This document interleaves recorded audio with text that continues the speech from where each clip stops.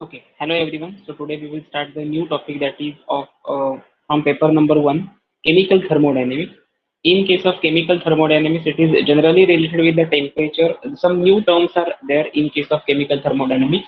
So what is system, surrounding, open system, closed system, types of system, processes.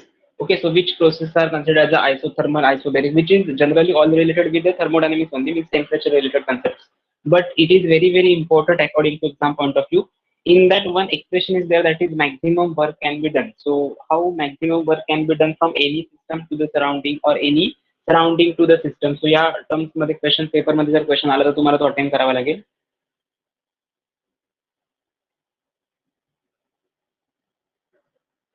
ठीक आहे. So start करूया तो part. त्याच्यामध्ये heat capacity नावाची एक छोटीशी कन्सेप्ट आहे. सेकंड नेक्स्ट पार्ट आहे first law of thermodynamics, second law of thermodynamics, third law of thermodynamics. In this total topic some derivations are also there. आज आपण फक्त इंट्रोडक्शनचा पार्ट बघणार आहोत. इंट्रोडक्शन मध्ये जनरली पहिला पार्ट तुमचा आहे which terms are use in the chemical thermodynamics, what are the process types of processes and what is the expression for nature of heat, sign conventions of your work done as well as a heat. हा एवढा part बघणार आहोत. आणि त्याच्यानंतर जर आपला time available असेल तर आपण pressure volume type of work एक छोटंसं एक्सप्रेशन आहे ते डिस्कस करणार आहोत. या टोटल टॉपिक मधला इम्पॉर्टंट वर्क कुठला असेल तर तो मॅक्झिमम वर्क डन एक्सप्रेशन. आणि त्याच्याशी रिलेटेड तुम्हाला काही कन्सेप्ट आहेत, काही एन्थॅल्पीचे टाइप्स आहेत. म्हणजे एन्थॅल्पी ऑफ फ्युजन म्हणजे काय, एन्थॅल्पी ऑफ सबलिमेशन, वेपरायझेशन. कारण या टॉपिक मध्ये न्यूमेरिकल क्वेश्चन पेपर मध्ये फ्रिक्वेंटली विचारले जातात बोर्ड एक्झामच्या. ओके. सिमिलरली सीबीएसई पॅटर्न प्रमाणे जर कन्सिडर करायला गेला तर काही एमसीक्यू टाईप क्वेश्चन्स आहेत की ज्याच्यामध्ये values positive negative means new terms आहेत, Gibbs free energy, Helmholtz free energy. हे सगळं डिटेलमध्ये डिस्कस करायचं. आणि याच्या अगोदर थर्मोडायनामिक्स मधला काहीच तुम्हाला पार्ट झालेला नाही. ओके. आता एक फक्त एक लक्षात ठेवा, टेक्स्टबुक मध्ये फिजिक्सच्या टेक्स्टबुक मध्ये सुद्धा थर्मोडायनामिक्सचा टॉपिक आहे आणि केमिस्ट्रीच्या टेक्स्टबुक मध्ये सुद्धा थर्मोडायनामिक्सचा टॉपिक आहे. आता याच्यातले दोन्ही पार्ट सेम आहे का, तर येस, थोडाफार पार्ट सेम आहे. इनिशियल पार्ट आहे तो सेम आहे, but it is related with the chemical thermodynamics. आणि तुम्ही फिजिक्स मध्ये शिकतो फिजिकल थर्मोडायनामिक्सचा पार्ट आहे. केमिकल थर्मोडायनामिक्स मध्ये इसेन्शियली म्हणजे काय इम्पॉर्टंट आहे याच्यामध्ये, तर केमिकल चेंजेस म्हणजे केमिकल रिएक्शनच्या फॉर्मॅटमध्ये ज्या ज्या कन्सेप्ट असतील त्या याच्यामध्ये इन्व्हॉल्ड असतील. आणि in case of physical transformation means physical state, solid conversion liquid स्टेटमध्ये होत असेल, फिजिकल स्टेट बदलली तर त्याच्यामध्ये कुठलं म्हणजे विच टाईप ऑफ थर्मोडायनामिक्स और which type of studies of temperature is related with it. So हा क्वेश्चन तुम्हाला फिजिकल थर्मोडायनामिक्स मध्ये फिजिक्समध्ये. ओके. सो डिटेलमध्ये सगळं बघूया. आधी सगळ्यात पहिल्यांदा chemical thermodynamics, word to word meaning घेऊया. Thermo means temperature, dynamics means variation. Okay. Dynamics याचं मिनिंग काय, व्हेरिएशन म्हणजे जे स्टॅटिक नाहीये, स्टेबल नाहीये, त्याला आपण डायनामिक्स असं कन्सिडर करतो. आणि chemical means what, chemical changes होतात जर समजा इन प्रेझेन्स ऑफ टेम्परेचर और in presence of drastic condition like pressure. which type of changes occur in case of any chemical reaction. Okay, it is considered as a chemical thermodynamics. So one by one बघूया. Energy changes in physical as well as a chemical transformation is collectively known as a chemical thermodynamics. Means you can say that the chemical thermodynamics it can be concerned with energy changes. Okay, it is related with the some changes in energy, that is initial energy and final energy terms. Okay.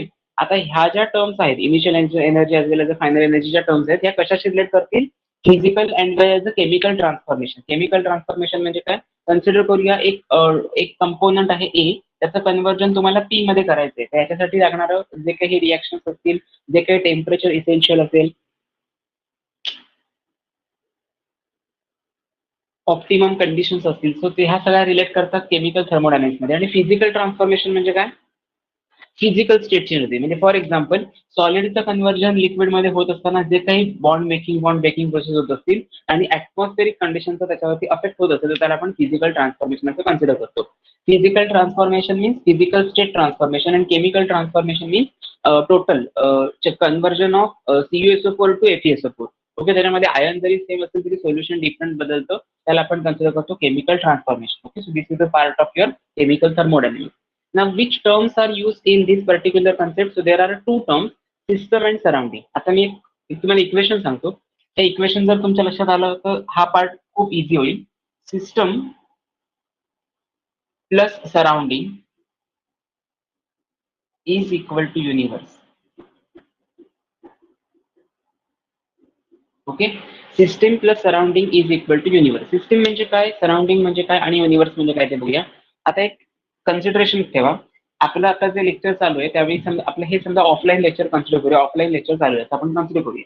तर universe म्हणजे काय असेल, आपण ज्या कुठल्या सिटीमध्ये राहत आहे, आता काही जण पुण्याला असतील, काही जण मुंबईला असतील, काही जण कोकणात असतील, काही किंवा कुठेही दुसरे रत्नागिरीमध्ये असतील काही जण. सो हे जे सगळे कंपोनंट्स आहेत ऑल ओव्हर युनिव्हर्स म्हणजे काय, सगळा रिमेनिंग पार्ट.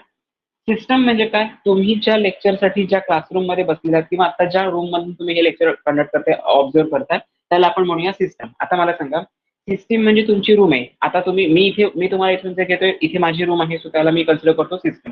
तुम्ही जिथून बघताय त्याला तुम्ही कन्सिडर करू शकता सिस्टम. जे कोण अदर स्टुडंट्स असतील की जे ऑफलाईन लेक्चर कंडक्ट करत असतील, अटेंड करत असतील, त्याला आपण कन्सिडर करूया सिस्टम. म्हणजे तुमची रूम आणि माझी room is nothing but your system. Apart from our system remaining part is considered as a surrounding. Okay. Universe मधला रिमेनिंग कुठलाही पार्ट असू दे, सिस्टीम सोडून त्याला आपण सराउंडिंग असं कन्सिडर करतो. तो दोन डेफिनेशन तुम्ही अशा थर्मोडायनामिक्सच्या टर्म मध्ये काय सांगू शकता. सिस्टम म्हणजे काय, system it is nothing but it is a part of universe which is under thermodynamic consideration. Okay. Part of universe which is under thermodynamic consideration is called as a system. What is mean by surrounding? A part of universe apart from system is called as a surrounding. Okay, दोन definitions मी repeat करतोय काय काय सांगितलं त्या. System म्हणजे काय, system is nothing but it is a part of universe which is under thermodynamic consideration, so it is considered as a system. And surrounding means what, apart from system remaining part of the universe is called as a surrounding. So this is very important part according to your exam point of view. System means what and surrounding means what. आता याच्यावर एक equation आपण prepare करू शकतो. System plus surrounding is equal to universe. आता मी तुम्हाला सांगितलं हेच इक्वेशन मला सिस्टमच्या टर्म्स मध्ये दाखवा. तर तुम्ही काय लिहिणार, system is equal to universe minus surrounding. Same answer येते. अगेन मी सराउंडिंगच्या टर्म्स मध्ये विचारलं तर surrounding is equal to universe minus system. So हे जर इक्वेशन चांगलं समजलेलं असेल तर ह्या दोन्ही डेफिनेशन कळतील. सिस्टमची डेफिनेशन मी काय सांगितली, it is a part of universe which is under thermodynamic consideration. And surrounding means what, apart from the system remaining part of the universe is called as a surrounding. Okay. System सोडून युनिव्हर्सचा जो काही उरलेला part असेल त्याला तुम्ही काय consider करता, surrounding असं कन्सिडर करता. So these are the two important terms which are used in the chemical thermodynamics. Okay. Now the next part is types. आता आपण सिस्टम बघितलं, सो त्याचे टाइप्स बघूया. Types, system of types of system. So there are 3 types of system. First one is open system, second one is closed system, and third one is isolated system. Okay, third one is isolated system. So open system म्हणजे काय, open system is the system which can exchange both energy as well as a matter. त्याच्यासाठी आपण examples घेतले तर better होईल. एक consider करूया open system साठी. अ कप ऑफ टी. समजा तुमच्या घरी कोणते पाहुणे आलेले आहेत आणि तुम्ही त्यांना टी ऑफर करताय. ओके, टी देताय. आपण आदरात इतकं करतो पाहुण्यांचं, त्यावेळी आपण सगळ्यात पहिल्यांदा चहा देतो किंवा कॉफी देतो किंवा कोल्ड्रिंक देतो, बरोबर आहे. सो ओपन सिस्टम म्हणजे काय, it is a part of a system और it is a system which can exchange both energy as well as a matter. आता मला सांगा, ओपन सिस्टम मध्ये समजा मी तुम्हाला चहा दिलेला आहे, तुम्ही पाहुणे आहात माझ्याकडे आणि मी तुम्हाला चहा दिलाय आणि तुम्हाला त्याचवेळी फोन आला. कन्सिडर करूया फोन आला. सध्या इव्हेंच्युअली किंवा आपण असं कन्सिडर करतो, जनरली आजकाल असं कॉमन आहे. सो फोन आलाय तुम्हाला, सो तुम्ही नंतर काय करताय, फोन पिकअप करता, फोन रिसिव्ह करता. फोन रिसिव्ह केल्यानंतर तुम्ही सगळ्यात पहिल्यांदा तुम्ही त्याच्याशी बोलण्यात गुंग आहात, खूप काहीतरी महत्वाचं काम आहे आणि तुम्ही त्याच्याशी फोनवरती बोलतात. मग तुमचं काय होतंय बघा, exchange of both energy as well as a matter. मॅटरची क्वांटिटी पण कमी होईल आणि एनर्जीची क्वांटिटी पण कमी. एनर्जी म्हणजे काय, हॉटनेस त्याचा कमी होईल. याचंच अनदर एक्झाम्पल, बेस्ट एक्झाम्पल घ्यायचं झालं तर, अनदर एक्झाम्पल काय सांगायचं झालं तर, एक आपण असं कन्सिडर करू शकतो, एक पर्टिक्युलर तुमच्या क्लासरूम मध्ये किंवा तुमच्या रूम मध्ये जिथे तुम्ही राहताय ते तुमचे फ्रेंड सर्कल आलेले आहे. त्यांनी एक पिझ्झा ऑर्डर केलाय असं कन्सिडर करूया. ओके, पिझ्झा ऑर्डर केलाय आणि तुम्ही तो बॉक्स ओपन केलाय, म्हणजे रिबिल्ड बॉक्स जो आहे तो तुम्ही ओपन केलाय आणि तुम्हाला त्याच वेळी कोणीतरी हाक मारली. खूप इम्पॉर्टंट काम आहे म्हणून तुम्हाला कोणीतरी बाहेर हाक मारली. तुम्ही तिथे गेलात, मग तुमचे फ्रेंड्स असं तुम्हाला माहिती आहे चांगलं माझ्यापेक्षा, तर ते काय करत असणार, आपापला पीस काय तो असेल तो घेणार आणि तुमचा जर का पीस असेल त्याच्यामध्ये आणखी कट करून घेणार आणि जो तुमच्याकडे पीस राहिलेला असेल त्याचं मॅटर पण कमी राहिलेलं असेल आणि एनर्जी कमी झाली. एनर्जी इन द सेन्स जो हॉटनेस होता अगोदर पिझ्झाचा तो कमी झालेला असेल. म्हणजेच काय, अशा कुठल्या तरी सिस्टम मधला both exchange energy as well as a matter होत असेल तर त्याला ओपन सिस्टम म्हणायचं. ओके. आता क्लोज्ड सिस्टम याचा अर्थ काय, it can exchange energy but not matter. आता याचं बेस्ट एक्झाम्पल घेऊया. Cup of tea with saucer. समजा तुम्ही कप ऑफ टी घेतलाय, म्हणजे चहा ठेवलेला आहे आणि त्याच्यावरती सॉसर ठेवलाय, तो थंड होऊ नये म्हणून सॉसर ठेवलाय. मग एनर्जी त्याच्यातली जी असेल ती निघून जात नाही, बट मॅटर सॉरी एनर्जी असेल ती एक्सचेंज होते. म्हणजे काय, तुमचा जो हॉटनेस असेल, त्या ज्या वेपर्स असतील, टी पासून निघणाऱ्या वेपर्स असतील, त्या सॉसरच्या डाऊन साईडला ड्रॉपलेटच्या फॉर्मॅटमध्ये अक्युमुलेट होतील. बरोबर आहे. जेव्हा तुम्ही ते सॉसर ओपन कराल, एक्झॅक्टली 90 डिग्रीमध्ये फिरवाल, तेव्हा तेच वॉटर तुमचं परत चहामध्ये पडणार आहे. म्हणजे मॅटर जो आतमधला कमी झालेला होता तो तसाच राहिला, बट एक्सचेंज ऑफ एनर्जी झाली. एनर्जी मात्र काय झाली, थोडीफार लूज झाली. ओके. आणि आयसोलेटेड सिस्टम म्हणजे काय, there is this is a system which can neither exchange energy nor matter. याचा आपण असं कन्सिडर करू शकतो, a cup of tea in a thermos flask. Okay. Isolated सिस्टीमचं बेस्ट एक्झाम्पल आहे थर्मस फ्लास्क. मला वाटतं तुमच्या प्रिव्हियस पेपरमध्ये हा क्वेश्चन येऊन गेलाय. थर्मस फ्लास्क कंटेनिंग टी और cup of is an example of. Okay. Previous CET मध्ये पण हा क्वेश्चन येऊन गेलाय. सीईटीच्या पेपरमध्ये हा सेम क्वेश्चन येऊन गेलाय. मी जो क्वेश्चन दिलाय तो thermos flask is an best example of answer in an isolated system. याच्यामध्ये काय होतं, मॅटर पण चेंज होत नाही आणि एक्सचेंज पण एनर्जी होत नाही. याचा आपण त्याला कन्सिडर करतो आयसोलेटेड सिस्टम. सगळं आतापर्यंत जे बघितलंय टर्मिनॉलॉजी, 3 टर्मिनॉलॉजी बघितलंय, ह्या 2 डेफिनेशन आणि ही एक डेफिनेशन, सगळं रिवाइज करूया. पहिल्या टोटल 40 मिनिट्सच्या लेक्चरमध्ये सगळ्याच्या सगळ्या डेफिनेशन असतील. ओके. आजच्या लेक्चरला. ओके. आणि म्हणून मी म्हटलं इंट्रोडक्शनचा पार्ट आहे. सो मी खूप फास्ट किंवा आपण असं कन्सिडर करूया नको की लवकर लवकर व्हायला पाहिजे, असं काही नाहीये. कारण तुमचा हा जोपर्यंत पार्ट बेसिक क्लिअर होत नाही तोपर्यंत थर्मोडायनेमिक्स इझी जाणार नाही. सो एवढं लक्षात ठेवा. बेसिक टर्म्स आहेत त्या क्लिअर करून घ्या. पहिल्यांदा मी सांगितलं केमिकल थर्मोडायनेमिक्सचा word to word meaning. What is the basic definition of chemical thermodynamics? काय सांगू शकता केमिकल थर्मोडायनेमिक्स म्हणजे? It is the branch of science, और असं कन्सिडर करू शकता, it is concern with energy changes in the physical as well as a chemical transformation. आता physical and chemical transformation मध्ये काय सांगितलेलं, फिजिकल ट्रान्सफॉर्मेशन म्हणजे फिजिकल स्टेट त्याच्या बदलतील आणि केमिकल ट्रान्सफॉर्मेशन मध्ये टोटल सोल्युशन चेंज होईल. FeSO4 चं सोल्युशन ZnSO4 मध्ये होईल किंवा ZnSO4 चं CuSO4 मध्ये चेंज होईल. Okay. So it is consider the physical as well as a chemical transformation. Next सांगितलंय terms use. Which terms are use? There are important 2 terms. First one is a system, another one is a surrounding. So what is mean by system? What is mean by surrounding? System means what? It is a part of universe which is under thermodynamic consideration is called as a system, and surrounding means what? Apart from the system, remaining part of the universe is called as a surrounding. What is mean by now universe? System plus surrounding is collectively known as a universe. Okay, so these are the two important terms. Next, on the basis of system, exchange as on the basis of matter as well as the energy exchange, they can be classified into 3 system types of system. First one is open system, second one is closed system, and third one is a isolated system. So in case of open system, it can exchange both energy as well as the matter. Example मी सांगितलं होतं तुम्हाला cup of tea. Closed system मध्ये it can exchange energy but not matter. A cup of tea or cup of coffee with a saucer. आणि next आहे तुमचं isolated system. If there is neither exchange of energy nor matter from the system to the surrounding is called as isolated system. Best example is a thermos flask. इथपर्यंतचा part आपण cover केलाय. Next आहे properties of system. आतापर्यंत आपण types बघितले 3. ह्या प्रत्येक तुमच्या ओपन सिस्टम, क्लोज सिस्टम आणि आयसोलेटेड सिस्टम मध्ये काही 1-2 इम्पॉर्टंट प्रॉपर्टी आहेत. त्या प्रॉपर्टी कुठल्या आहेत? 2 properties of systems are extensive property and intensive property. Okay. Extensive property म्हणजे काय? Generally the property of a system, extensive property of a system is dependent on the amount of matter present in the system. एखाद्या system मध्ये, एखाद्या particular part मध्ये किती matter present आहे. म्हणजे समजा मी कन्सिडर करूया, आपण एक टेबल घेतलं किंवा आपल्याकडे असं कन्सिडर करूया, माझ्याकडे एक बॅग आहे. त्या बॅग मध्ये 5 kg राईस आहे, 5 किलोग्राम तांदूळ आहे त्याच्यामध्ये ठेवलेला. बरोबर आहे. आता ही एक सिस्टीम झाली, त्याच्यामध्ये अमाऊंट आहे. आता मी समजा असं सांगितलं, अजून एक बॅग घेतली, त्याच्यावरती लिहिलेलं आहे 5 kg. ओके.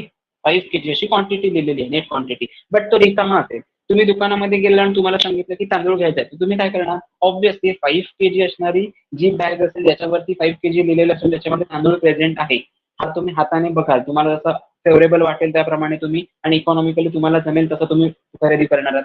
सेम अशा केसेसला आपण कन्सिडर करतो एक्सटेन्सिव्ह प्रॉपर्टी. आता रिमेनिंग पार्ट असा होता की 5 केजी लिहिलेली एक बॅग होती, पण त्याच्यामध्ये राईसच नव्हता. हे तुम्हाला दिसतंय, पण त्याच्यावरती 5 केजी हे पण दिसतंय. मग तुम्ही तरी पण असं सांगा का त्या 5 केजी मधला कट करा आणि या 5 केजीच्या बॅग मध्ये होता, असं सांगत नाही. Because you have to only amount you are concerned with your that particular amount only, rice जर असेल किंवा काही रिमेनिंग प्रोडक्ट असेल त्याच्यावरती. सो सिमिलरली एक्सपेन्सिव्ह प्रॉपर्टी ही अशी एक प्रॉपर्टी की जी अमाऊंट ऑफ मॅटर वरती डिपेंड करते. म्हणजे ती बॅग कशी ह्याच्यावरती तुमचं काही फायदा तोटा नाहीये ठरलेला, त्याच्यामध्ये राईस किती चांगला आहे हे तुम्हाला बघावं लागेल. सो अमाऊंट ऑफ मॅटर वरती जी प्रॉपर्टी डिपेंड करते त्याला आपण म्हणतो एक्सपेन्सिव्ह प्रॉपर्टी. एक्झाम्पल दिलेलं आहे, M stand for mass, B stand for volume, U stands for internal energy, H stands for heat capacity or enthalpy, and N stands for number of moles. आता हे का दिले याचं रिझन आहे.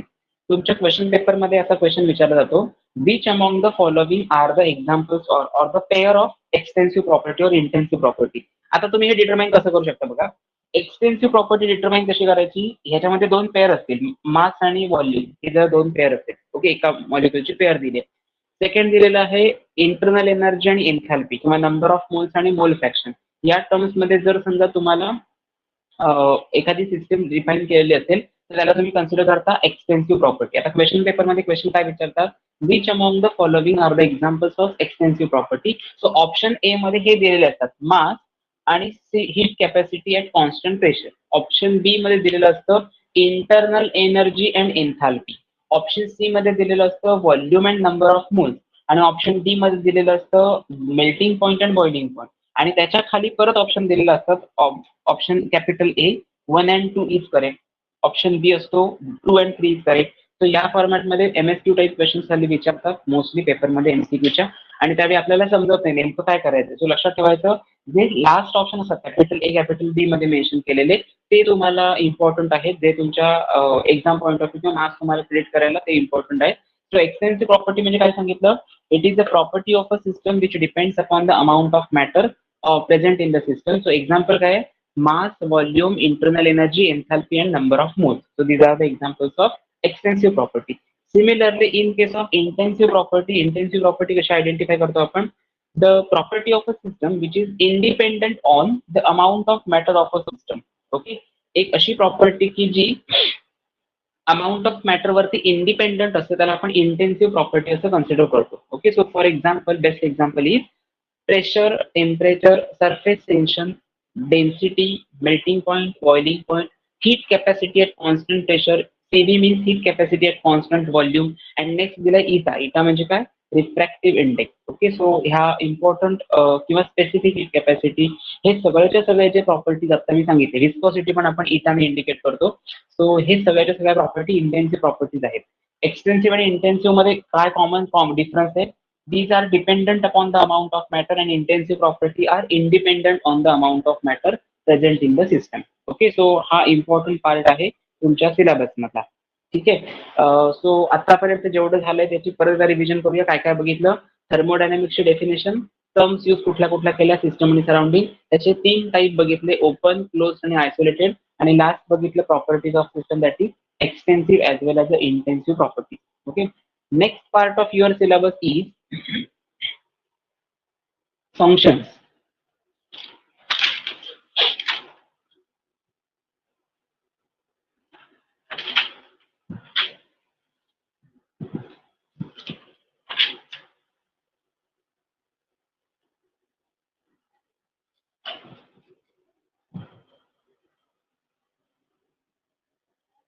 ठीक आहे,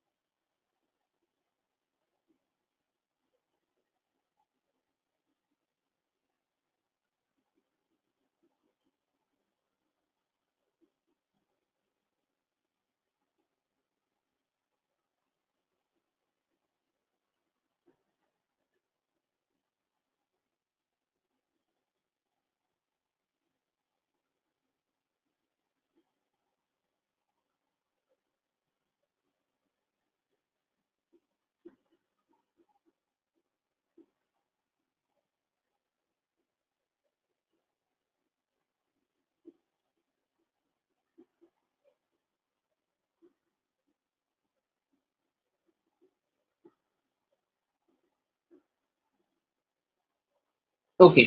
so what are the function? त्यातलं 2 फंक्शनचा टाइप आहेत. पहिलं घेतलं मी स्टेट फंक्शन, 5 फंक्शन आपण नंतर डिस्कस करूया. The property of a system which depends upon the state of a system. आता बघा, स्टेट ऑफ सिस्टम म्हणजे काय, फिजिकल स्टेट कन्सिडर करायची नाही. त्याचं रिझन काय, कारण तुमचा जो टॉपिक आहे तो केमिकल थर्मोडायनेमिक्स चाललाय. ओके. सो त्याची स्टेट असा त्याचा अर्थ घ्यायचा, इनिशियल स्टेट आणि फायनल स्टेट असा त्याचा मिनिंग घ्यायचा. ओके. सो मी रिपीट करतो काय सांगतोय ते. स्टेट फंक्शन म्हणजे काय, it is the property of a system which depends upon the state of a system and independent on the path followed to reach that system is called as the state function. State function ची definition काय सांगितली? State function म्हणजे काय? Property of a system which depends upon the state of a system, means it is your initial state and this is your final state. Okay. Final state मध्ये जाण्यासाठी एका particular सिस्टीमला किंवा एखादी पर्टिक्युलर सिस्टम ज्या प्रॉपर्टीमध्ये डिपेंड असते, ज्या फंक्शनमध्ये डिपेंड असते, त्याला आपण कन्सिडर करतो स्टेट फंक्शन. आता याचं एक्झाम्पल काय घेऊ शकतो? प्रेशर, व्हॉल्यूम, टेम्परेचर आणि नंबर ऑफ मोल्स असं मी एक्झाम्पल घेतोय. पहिलं प्रेशर घेतलं, इनिशियल प्रेशर P1 असेल, फायनल प्रेशर P2. तर बेस्ट एक्झाम्पल काय, कन्सिडर करूया आपल्याकडे गॅस सिलेंडर आहे. ओके. एक लक्षात फक्त एवढंच ठेवायचं, तुमचा जो टोटल केमिकल थर्मोडायनेमिक्सचा टॉपिक आहे, केमिकल जसं आपला याच्या अगोदर आपण एक पार्ट बघितलाय, तुम्हाला आठवत असेल तर, केमिकल कायनेटिक्स नावाचा एक पार्ट आपण बघितला होता. Chemical kinetics it gives us information about overall rate of the reaction. Similarly in case of chemical thermodynamics, thermodynamics मध्ये आपण काय कन्सिडर करतो? टेम्परेचर रिलेटेड फेनॉमिनन कन्सिडर करतो, डिस्कस करतो. त्यामुळे डे टू डे लाईफ मध्ये जी एक्झाम्पल्स आहेत ती जास्ती फ्रिक्वेंटली विचारली जातात. सो एवढं लक्षात ठेवायचं की सगळीच्या सगळ्या पॉईंटसाठी एक्झाम्पल्स लर्न करून ठेवा, एक्झाम्पल प्रिपेअर करून ठेवा. मी एवढी एक्झाम्पल सांगतोय, याचं रिझन आहे काय त्याच्या मागे. काही वेळा असं होतं, प्रेशर हेच क्वेश्चन, हाच क्वेश्चन दुसऱ्या, आता स्टेट फंक्शनचं जसं हे एक्झाम्पल आहे, तसं मगाशी बघितलेल्यामध्ये इंटेन्सिव्ह प्रॉपर्टीचं पण प्रेशर हेच एक्झाम्पल आहे. मग तुम्ही आयडेंटिफाय कसं करणार whether it is state function or intensive property? तर त्यावेळी लक्षात ठेवायचं, ते प्रेशर जर P1 P2 च्या टर्म्स मध्ये एक्सप्रेस केलेलं असेल, म्हणजे इनिशियल आणि फायनल स्टेट, तर ते असणार स्टेट फंक्शन. ओके. आणि जर फक्त प्रेशरसाठी P हा सिम्बॉल मेन्शन केला असेल, तर तुम्ही न टेन्शन घेता लिहिणार आहात इंटेन्सिव्ह प्रॉपर्टी. मग तिथे भांडत नाही बसायचं की स्टेट फंक्शन मध्ये पण प्रेशर येतो, मग ते हे आणि ते कसं आयडेंटिफाय करायचं, एक्झामिनरने क्वेश्चन पेपरमध्ये ते मेन्शन करायला पाहिजे होतं. तुझं काही विचारायचं नाही.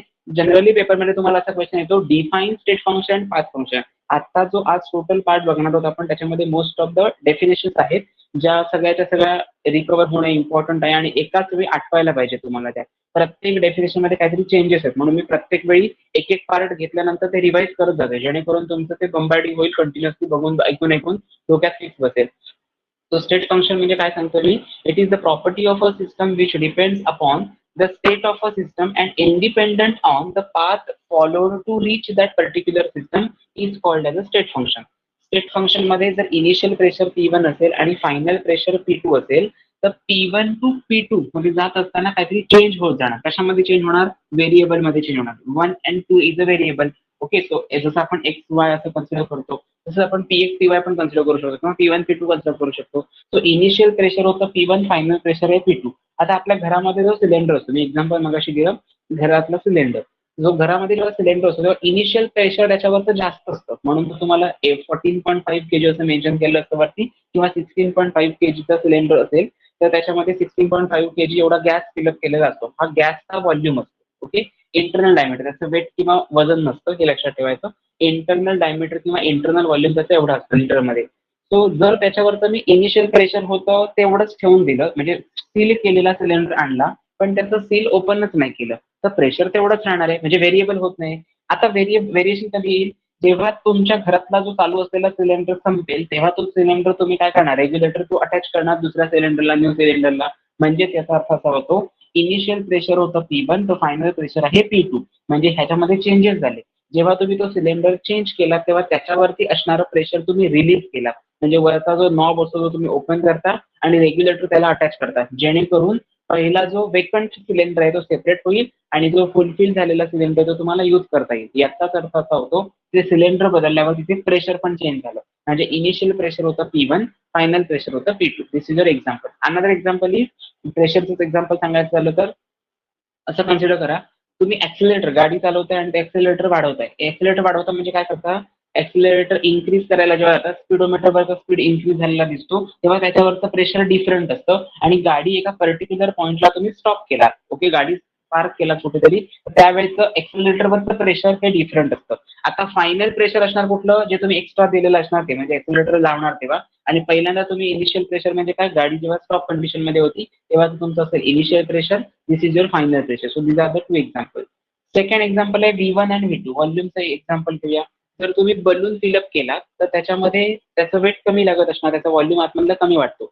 पण बलून फिलअप केल्यानंतर म्हणजे एअर त्याच्यामध्ये फ्लो केलात, फुगवलात आणि त्याच्यामध्ये वॉटर पण ऍड केला तर त्याचं वजन जास्त असतं. म्हणजे व्हॉल्यूम दोघांचाही सेम आहे. ओके, VB हे टर्म सेम आहे, बट इनिशियल व्हॉल्यूम डिफरंट आणि फायनल व्हॉल्यूम डिफरंट असणार. सेकंड व्हॉल्यूम मध्ये लिक्विडचा पण एक पर्टिक्युलर व्हॉल्यूम असेल आणि गॅशियस स्पेसिसचा पण पर्टिक्युलर व्हॉल्यूम असणार आहे. त्याच्यामध्ये फक्त आणि फक्त गॅसचाच व्हॉल्यूम असेल. Okay. In case of temperature T1 आणि T2 सेम मगाचं बघूया एक्झाम्पल. कोल्ड टी आहे आणि हॉट टी आहे, किंवा हॉट कॉफी आणि कोल्ड कॉफी. कोल्ड कॉफीचं टेम्परेचर खूप कमी असणार आहे, हॉट कॉफीचं टेम्परेचर जास्त असणार. पण कॉफी तर कॉफी असणार आहे, म्हणजे व्हेरिएबल त्याच्यामध्ये कशामध्ये आलं, टेम्परेचरमध्ये. सो T1 आणि T2 are the state function. आणि लास्ट सांगितलं नंबर ऑफ मोल्स. एका पर्टिक्युलर रिएक्शनचा नंबर ऑफ मोल्स आयडेंटिफाय करायचा असेल तर तुम्ही एक फॉर्म्युला यूज करता, N is equal to W divided by M. बरोबर आहे. आता पहिल्यांदा मी नंबर ऑफ मॉलिक्युल्स 1 घेतला तर तुमचं फॉर्म्युला काय येणार, N1 is equal to W1 divide by M1. आपण हे बघितलंय मला वाटतं सोल्युशन या टॉपिकमध्ये. सोल्युशन अँड कॉलिगेटिव्ह प्रॉपर्टी हा जो आपण टॉपिक प्रिव्हियस डिस्कस केलेला त्याच्यामध्ये हे बघितलंय. सिमिलरली मला N2 डिस्कस करायचं असेल तर W2 डिवाइड बाय M2. आता हे वेट आणि हे वेट फायनल आणि इनिशियल वेगवेगळे असणार आहे, म्हणून तर आपण हा रेशो डिफरंट घेतोय ना. सिमिलरली N2 ची व्हॅल्यू पण वेगळी असणार, M2 ची व्हॅल्यू पण वेगळी असणार. याचाच अर्थ असा होतो, नंबर ऑफ मोल्स इनिशियल स्टेटचे आहेत त्याच्यामध्ये व्हेरिएशन आलं, व्हेरिएबल चेंजेस झाले आणि त्याचं कन्वर्जन N2 मध्ये झालं. याचाच मिनिंग असा होतो, these are the state function, these are the examples of state function. Okay, so important part आहे हा state function. Now second function is the path function. मी इथे लिहितो path function. आता एक्झॅक्टली अपोजिट डेफिनेशन प्रिपेअर करायची. आधी state फंक्शनची definition काय सांगितली, the property of a system which depend upon the state of a system. आता हे कशावर डिपेंड आहे, पाथ फंक्शन आहे, म्हणजे स्टेट वर्ड होता म्हणून याच्यावर डिपेंडंट असा वर्ड वापरला. ह्याच्यावरती काय असणार, the property of a system which is independent on the state of a system and dependent on the path follow to reach that system is called as a path function. आता path function याचा meaning काय, path याचा मराठीमध्ये word to word meaning consider केला तर तो road म्हणजे channel किंवा मार्ग असं आपण त्याला कन्सिडर करतो. सो ह्याचं एक्झाम्पल काय असू शकतं, वर्क आणि हीट. ही दोन एक्झाम्पल आहेत याची, हे खूप इम्पॉर्टंट आहे. हीट आणि वर्क हे पाथ फंक्शन आहे. याचं रिझन काय, ज्या कुठल्या इनिशियल आणि फायनल स्टेटवरती ते इंडिपेंडेंट असतात पण पाथवरती डिपेंडेंट असतात. म्हणजे मला सांगा, समजा तुम्हाला इथून मुंबईला जायचं आहे तर तुम्ही इथून ते गुजरातचं तिकीट नक्कीच काढणार नाही. इथून तुम्ही गुजरातला जाणार, गुजरातवरनं अजून कुठे दिल्लीला जाणार, दिल्लीवरनं महाराष्ट्रामध्ये येणार आणि महाराष्ट्रामधून मुंबईला यायचंय. सो असं जर तुम्हाला कन्सिडर करायचं झालं तर तुमचा पाथ चेंज होतो. वर्कआउट होणं म्हणजे काय, मॅक्झिमम वर्क जनरेट व्हायला पाहिजे त्याला आपण कन्सिडर करतो वर्कआउट. म्हणजे कमीत कमी टाइम पिरियडमध्ये जास्तीत जास्त जर तुम्ही डिस्टन्स कव्हर करत असाल स्पीडच्या फॉर्मॅटमध्ये तर त्याला तुम्ही म्हणता वर्क झालंय. ओके, सो या केसला कन्सिडर केलं किंवा स्टडी केला तर तुम्हाला असं समजतं, this is the function of a system which is independent on the state of a system, whether it is solid, liquid or gaseous state or initial as well as the final state, but work मात्र व्हायला पाहिजे. तुम्ही कुठून निघताय, इथून कुडाळवरनं तुम्ही मुंबईला जाणार असाल किंवा कणकवलीवरनं मुंबईला जाणार असाल तरी सुद्धा डेस्टिनेशन तुमचं मुंबईच आहे, म्हणजे जाणारी ट्रेन ही त्याच वेळी मुंबईला पोहोचेल. बरोबर आहे ना. सो असं नाही होणार की एकाच ट्रेनमध्ये बसले आणि वेगवेगळ्या दिवशी वेगवेगळ्या वेळी लोक पोहोचलेत, असं काही होत नाही. सो त्याला आपण म्हणतो path. So it is dependent on the path followed to reach that system and independent on the state of a system is called as a work. आणि नेक्स्ट एक्झाम्पल दिले हीट. हीट कशावरनं आपण path function असं consider करू शकतो, कारण total युनिव्हर्सची जी heat आहे ती same असते.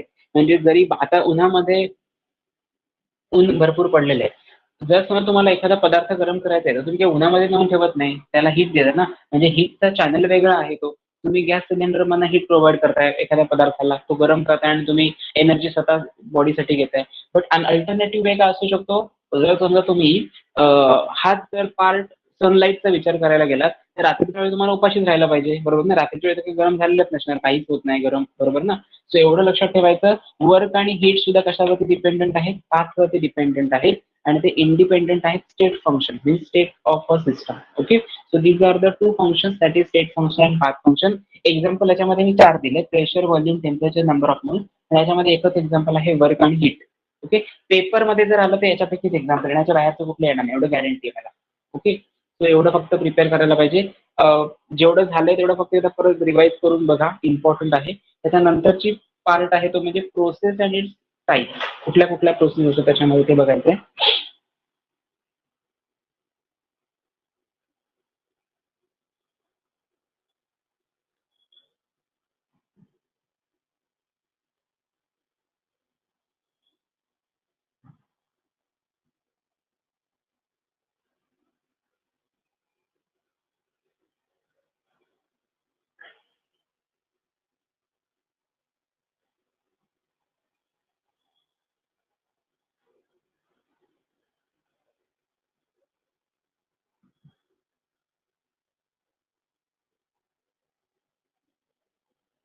Okay.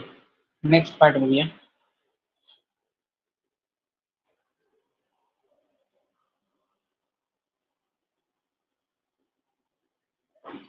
Types of process and definition of process. एक तरी याच्यातला डेफिनेशन कंटिन्युअसली पेपरमध्ये सेक्शन बी किंवा सेक्शन सी साठी 2 किंवा 3 मार्क्स साठी एक तरी क्वेश्चन याच्यावरती येतो. क्वेश्चनचा फॉर्मॅट थोडा चेंज असणार. बघा, कधीच असं होणार नाही स्टेट फंक्शन आणि पाथ फंक्शन डिफाईन करा असा क्वेश्चन येणारच नाही कधी.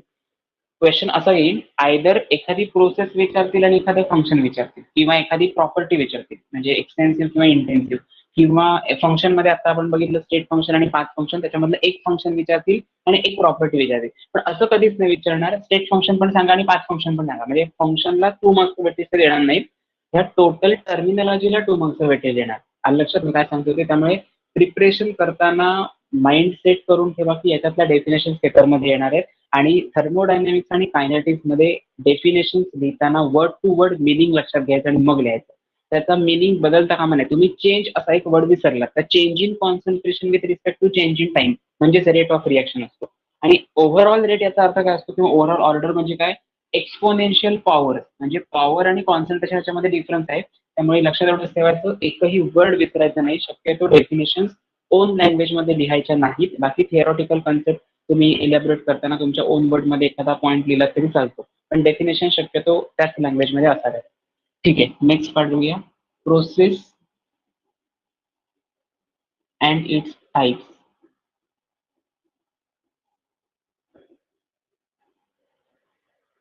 Process and its types. सगळ्यात पहिल्यांदा प्रोसेस म्हणजे काय. Process it is an equilibrium between one form of transformation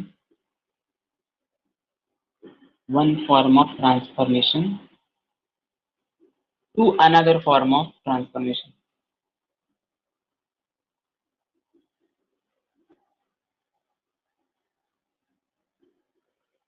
repeat करतोय मी काय सांगितलं ते. प्रोसेस म्हणजे काय, it is a process is nothing but what, it is a transformation, it is an equilibrium between one form of, किंवा असं पण म्हणू शकता one equilibrium state to another equilibrium state. ही एक डेफिनेशन झाली. Second definition, one equilibrium state to other equilibrium state. याला आपण काय कन्सिडर करतो, प्रोसेस असं म्हणतो. One equilibrium state to other equilibrium state. पहिल्या इक्विलिब्रियम पासून दुसऱ्या इक्विलिब्रियम जाताना जो इक्विलिब्रियम साधला जातो त्याला आपण कन्सिडर करायचं प्रोसेस. ओके. आता बेस्ट एक्झाम्पल प्रोसेस म्हणजे काय, तुम्हालाही माहिती, एखादा एक्सपेरिमेंट तुम्हाला परफॉर्म करायचा असेल, तुम्हाला एक्सपेरिमेंट पहिल्यांदा तुमचे सब्जेक्ट टीचर असतील किंवा लॅबोरेटरीमध्ये जो कोणी ऑथराइज पर्सन असेल, तुम्हाला काय करतो, तुम्हाला टायट्रेशन परफॉर्म करायचं असतं. कन्सिडर करूया. सगळ्यात पहिल्यांदा तुम्हाला सांगितलं जातं की तुम्हाला दिलेले 2 सोल्युशन्स असतील. एक असेल बीकर मध्ये ठेवलेलं, लार्जर बीकर मध्ये, आणि एखादा असेल स्मॉलर बीकर मध्ये, किंवा तुम्हाला स्टँडर्ड सोल्युशन प्रिपेअर करायला सांगितलेलं असेल. तर तुम्ही काय करता, पहिल्यांदा स्टँडर्ड सोल्युशन प्रिपेअर करता. मग ऑब्झर्वेशनसाठी ऑब्झर्वेशन चेक करता तुमच्या हँडबुक मध्ये सोल्युशन इन द ब्युरेट काय आहे. समजा ब्युरेट मध्ये सोल्युशन असेल NaOH आणि पिपेट मध्ये सोल्युशन असेल ऑक्झॅलिक ऍसिड, असं कन्सिडर करूया. सो ऑक्झॅलिक ऍसिड तुम्ही पिपेट आउट करता आणि कोनिकल फ्लास्क मध्ये. हे कसं काय कन्फर्म केलं, कारण प्रोसिजर मध्ये असं मेन्शन केलेलं आहे, take 10 ml of oxalic acid, pipette out 10 ml of oxalic acid and transform into your conical flask. याचा अर्थ असा होतो, तुम्ही असंही करू शकला असतात, 10 ml चा स्टँडर्ड मेजरिंग फ्लास्क घ्यायचा, त्याच्यामध्ये 10 ml ओतून घ्यायचं, करेक्ट क्वांटिटी डायरेक्ट होतायची तुमच्या कोनिकल फ्लास्क मध्ये. पण त्यांनी असं वर्ड सांगितलंय पिपेट आउट, याचा अर्थ पिपेट यूज केली पाहिजे, हे तुम्हाला इथे समजतं. याचाच अर्थ असा की तुम्ही प्रोसिजर फॉलो करता. म्हणजेच काय, तो प्रोडक्ट जनरेट होण्यासाठी पहिल्यांदाची जी प्रोसिजर असते, म्हणजे पहिलं इक्विलिब्रियम काय असणार, NaOH आणि ऑक्झॅलिक ऍसिड घ्यायचं, त्याच्यामध्ये इंडिकेटर ऍड करायचा, हे झालं पहिलं इक्विलिब्रियम. आणि इंडिकेटर ऍड झाल्यानंतर ब्युरेट टायट्रेशन, टायट्रंट किंवा टायट्रंट मध्ये drop by drop solution add करायचं, जेणेकरून तुम्हाला सेकंड इक्विलिब्रियम ऑब्टेन करता येईल, ऑब्झर्व करता येईल. तर त्याला तुम्ही कन्सिडर करता अनदर इक्विलिब्रियम. ह्या दोन्हीही प्रोसेस होत असताना जो टाइम जातो त्याला तुम्ही कन्सिडर करता प्रोसिजर और process. Okay, so process is nothing but what? It is an equilibrium between one state of equilibrium to the another equilibrium state is called as a process. So there are important 4 process. आता actually तुमच्या textbook मध्ये 6 process दिलेल्या आहेत, पण detail मध्ये बघायचे झाल्या तर 4 प्रोसेसेस आहेत. वन बाय वन काय काय आहे ते सगळं बघूया. आयसोथर्मल प्रोसेस पहिली प्रोसेस आहे टाइप्स मध्ये, isothermal process. Second one is isobaric process. Third one is isophoric process. Fourth one is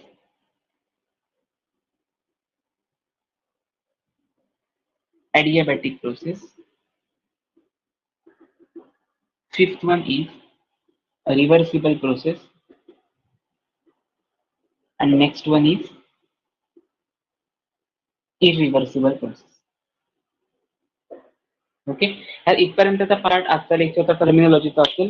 याच्यानंतरचा जो सगळा पुढचा पार्ट आहे तो थोडा थेरॉटिकली आहे किंवा कन्सेप्ट बेस्ड आहे, त्यामुळे शक्यतो इम्पॉर्टंट पहिल्यांदा इंट्रोडक्शन खूपच चांगलं प्रिपेअर करा, खूप इझी पुढचा टॉपिक जाईल.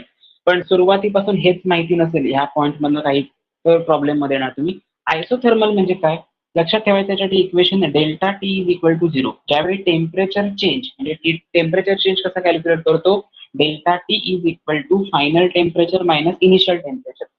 टेम्परेचर T2 मायनस T1 याचा अर्थ काय, final temperature minus initial temperature. ही T2 ही मगाच्या इंटेन्सिव्ह किंवा स्टेट फंक्शन मध्ये आपण लिहिलेलं बघा, V1 V2 T1 T2 ती स्टेट आहे फायनल स्टेट, आणि T1 is a initial state. Final state आणि इनिशियल स्टेट मध्ये जर डिफरन्स याला आपण डेल्टा टी कन्सिडर करता, आणि तो जर 0 असेल तर त्यावेळी तुम्ही त्याला कन्सिडर करता आयसोथर्मल. आयसो मीन्स व्हॉट, सिमिलर असं कन्सिडर करा. ओके, जसं आपण आयसोमर्स मध्ये म्हणतो ना, compound saving similar molecular formula, त्याच फॉर्मॅटमध्ये. सो आयसोथर्मल याचा अर्थ काय घेणार तुम्ही, there is a small the process in which the temperature of a system, change in the temperature of a system is always remains constant throughout the overall process is called as a isothermal process. Isothermal process म्हणजे काय, ज्या process मध्ये temperature change ची value 0 असते त्याला तुम्ही म्हणता isothermal process. नाव next is isobaric process. Isobaric process म्हणजे काय, delta T is equal to 0. So change in the pressure is equal to 0 is considered as isobaric process. Isophoric process म्हणजे काय, change in the volume is equal to 0. It is considered as isophoric process. Adiabatic process म्हणजे काय, heat exchange, आपण त्याला म्हणूया H mix. Okay, heat exchange or Q mix असं म्हणूया. Q is equal to 0, कारण H हा सिम्बॉल आपण एन्थाल्पी साठी पण यूज करतो, म्हणून इथे आपण Q असा वर्ड वापरूया. रिव्हर्सिबल प्रोसेस साठी लक्षात ठेवायचं रेट ऑफ फॉरवर्ड रिएक्शन. आता बघा, रेट ऑफ फॉरवर्ड रिएक्शन याला आपण असं कन्सिडर करू शकतो, ड्रायव्हिंग फोर्स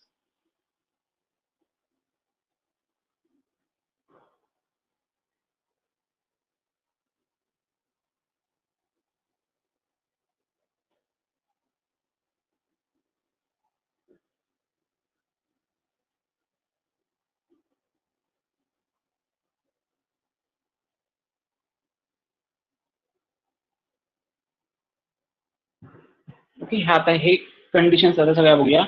आयसोथर्मल प्रोसेस मध्ये काय सांगितलं मी, the process in which change in the temperature is always remains constant throughout the transformation. Thermal transformation is called as a isothermal process.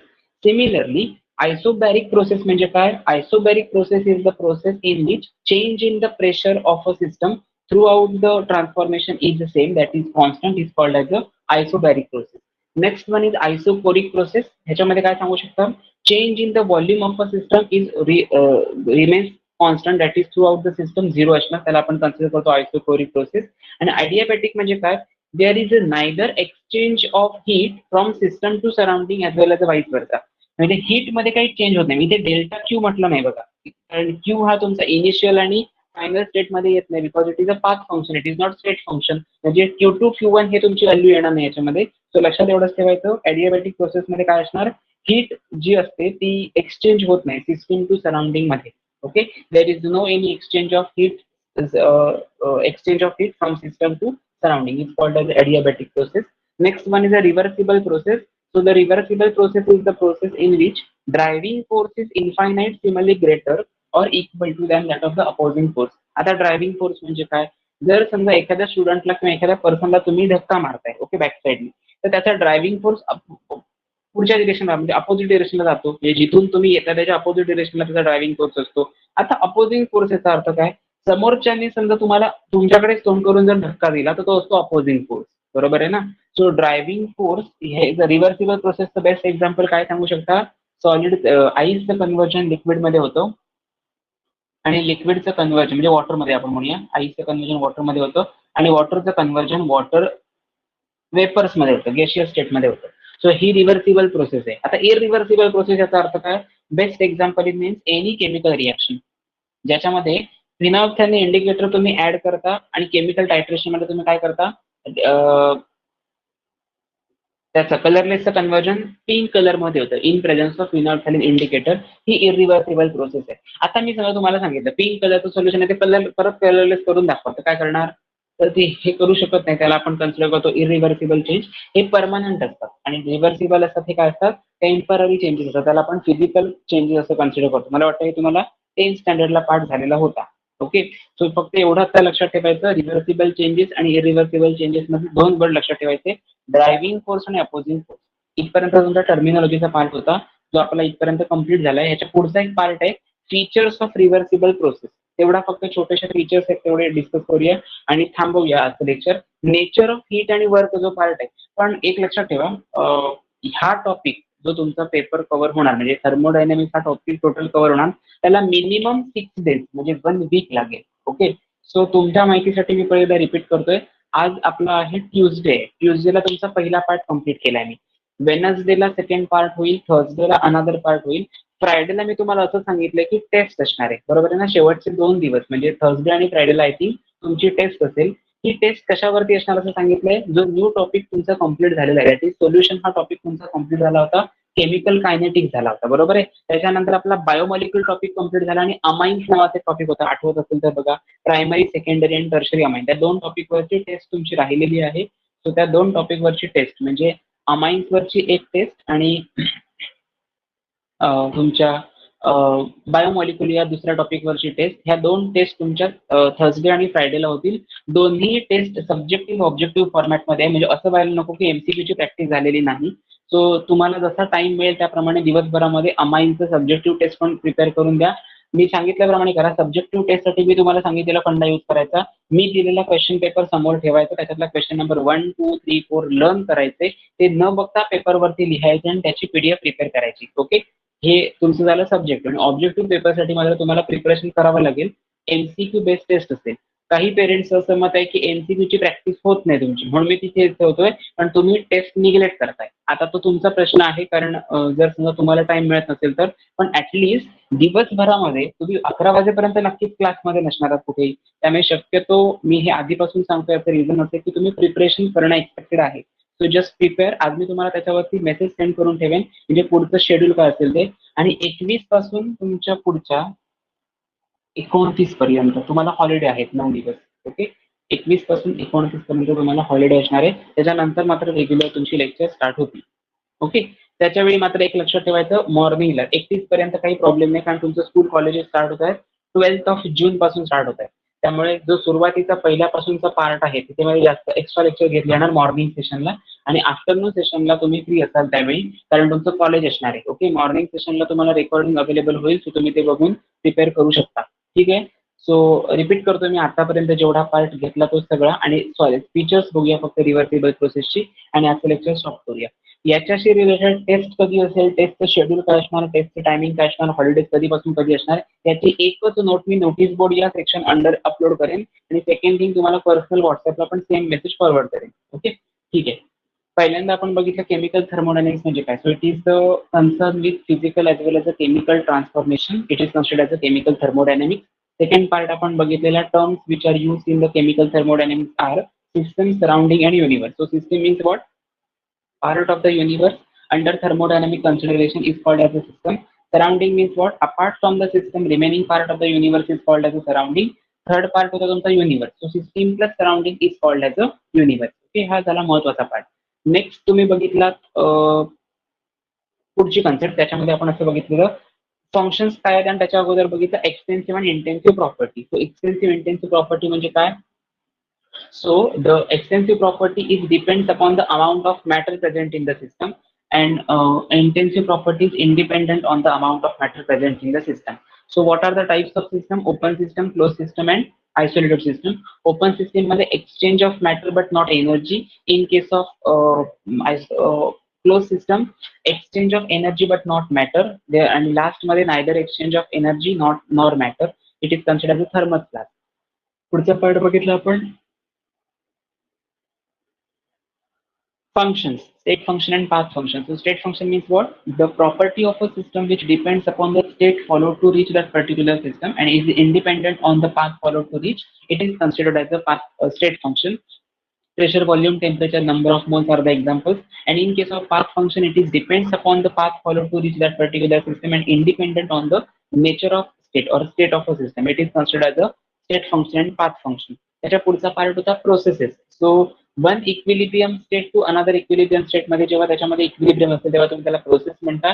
There are 5 process. Isothermal process in which delta T overall change in the temperature always remains constant throughout the transformation. Isobaric process मध्ये pressure 0 असणार, isochoric process मध्ये volume 0 असणार, adiabatic process मध्ये heat exchange होणार नाही from system to surrounding as well as vice versa. आणि reversible process मध्ये driving force is infinitesimally greater असतो अपोजिंग फोर्स पेक्षा, आणि इरिव्हर्सिबल मध्ये एक्झॅक्टली अपोजिट असणार, अपोजिंग फोर्स ग्रेटर असतो ड्रायव्हिंग. मी इक्वल टू साईन दिलं नाही हा, इथे लक्षात ठेवायचं अपोजिंग फोर्स ऑलवेज ग्रेटर असणार ड्रायव्हिंग फोर्स पेक्षा, म्हणून इक्वल टू साईन दिलं नाही. इथे मात्र मी इक्वल टू दिले, म्हणजे driving force is infinitesimally greater or equal to opposing force, but in this case opposing force is always and always greater than that of the driving force. So best example, reversible the conversion of ice to water, water to water vapor, and it is any chemical reaction which shows color changes. Okay, so it is a permanent change, so that's why it is considered as a irreversible process. So what are the features of reversible process बघूया. Just तुम्ही फक्त 2 मिनिटं just read करा ते, त्याच्यानंतर पुढचा part आपण continue करूया.